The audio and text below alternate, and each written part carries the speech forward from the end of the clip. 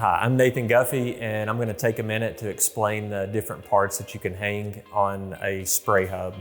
Here we've got a 17-inch T-bar with spring clips using the hinge pocket. These will hang smaller cabinet doors, one door at a time, using the 17-inch T-bar. All right, here we've got a T-bar. It's 34-inch, same hanging method, spring clip in the hinge pocket. This is our 46-inch T-bar.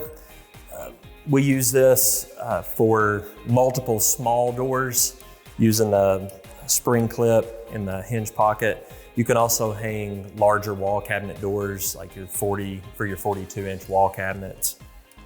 You can hang a single larger door on these. But as you can see, they work great for hanging multiple small doors or other components as well. All right, here we've got the 34-inch T-bar using offset hangers.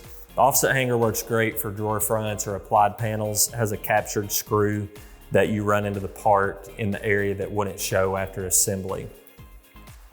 And you can see I've got 4 parts per T-bar, so you can really maximize the capacity of your system by hanging multiple parts per spray hub. Here we've got a corbel using the universal hanger. It has a captured screw running down through the middle. So I'll use those for corbels, columns, balusters. So again, universal hanger on a corbel.